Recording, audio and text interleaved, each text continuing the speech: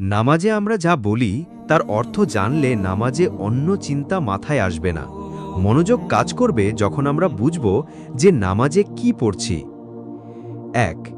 নামাজে দাঁড়িয়েই প্রথমে আমরা বলি আল্লাহু আকবার, অর্থ আল্লাহ মহান। ২। তারপর পড়ি সানা।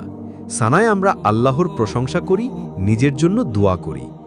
সুবহানাকা আল্লাহুম্মা ওয়া বিহামদিকা ওয়া তাবারাকাসমুকা ওয়া তাআলা জাদ্দুকা ওয়া লা ইলাহা গায়রুকা, অর্থ হে আল্লাহ, তুমি পাক পবিত্র, তোমারই জন্য সমস্ত প্রশংসা, তোমার নাম বরকতময়, তোমার গৌরব অতি উচ্চ, তুমি ছাড়া অন্য কেহ উপাস্য নাই।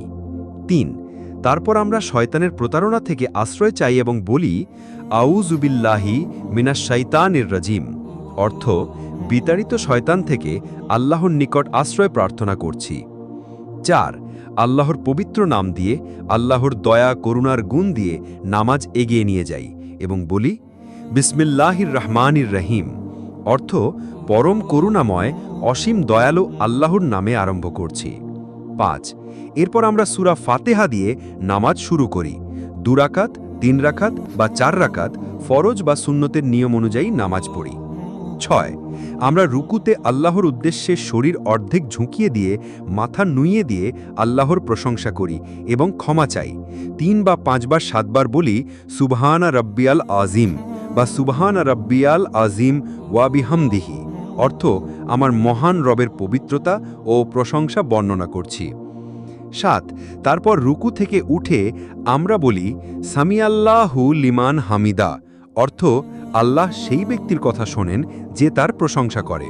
তারপর পরপরই আমরা আবার আল্লাহর প্রশংসা করে বলি আল্লাহুম্মা রব্বানা ওয়ালাকাল হামদ, অর্থ হে আল্লাহ, যাবতীয় প্রশংসা কেবল তোমারই। ৮। তারপর আমরা সমস্ত শরীর নুইয়ে দিয়ে মাথাকে মাটিতে লুটিয়ে দিয়ে আল্লাহর নিকট সিজদা দেই। বিশেষ দ্রষ্টব্য, যে ব্যক্তি আল্লাহর জন্য একটি সিজদা করে আল্লাহ তার জন্য একটি নেকি লেখেন ও তার একটি পাপ দূর করে দেন ও তার মর্যাদার স্তর একটি বৃদ্ধি করে দেন। ৩ বা ৫ বার ৭ বার সুবহান রব্বিয়াল আলা, অর্থ আমার মহান রবের পবিত্রতা বর্ণনা করছি।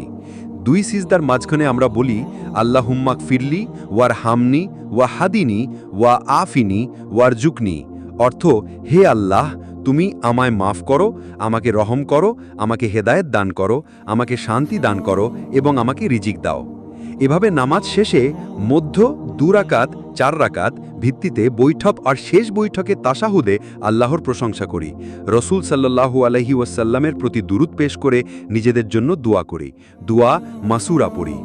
তাশাহুদ আত্তাহিয়াতু লিল্লাহি ওয়াসসালাওয়াতু ওয়াত্তাইয়্যিবাতু আসসালামু আলাইকা আইয়ুহান নাবিয়্যু ওয়া রাহমাতুল্লাহি ওয়া বারাকাতুহু আসসালামু আলাইনা ওয়া আলা ইবাদিল্লাহি সালেহিন আশহাদু আন লা ইলাহা ইল্লাল্লাহু ওয়া আশহাদু আন্না মুহাম্মাদান আবদুহু ওয়া রাসূলুহু, অর্থ সকল তাজিম ও সম্মান আল্লাহর জন্য, সকল সালাত আল্লাহর জন্য এবং সকল ভালো কথা ও কর্ম আল্লাহর জন্য।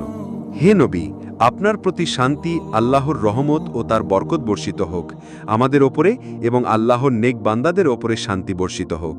আমি সাক্ষ্য দিচ্ছি যে আল্লাহ ছাড়া কোনো সত্য উপাস্য নাই এবং আরও সাক্ষ্য দিচ্ছি মুহাম্মদ আল্লাহর বান্দা এবং তার রাসূল। দুরুদ আল্লাহুম্মা সাল্লি আলা মুহাম্মাদিন ওয়া আলা আলি মুহাম্মাদিন কামা সাল্লাইতা আলা ইব্রাহিমা ওয়া আলি ইব্রাহিমা ইন্নাকা হামিদুম মাজিদ।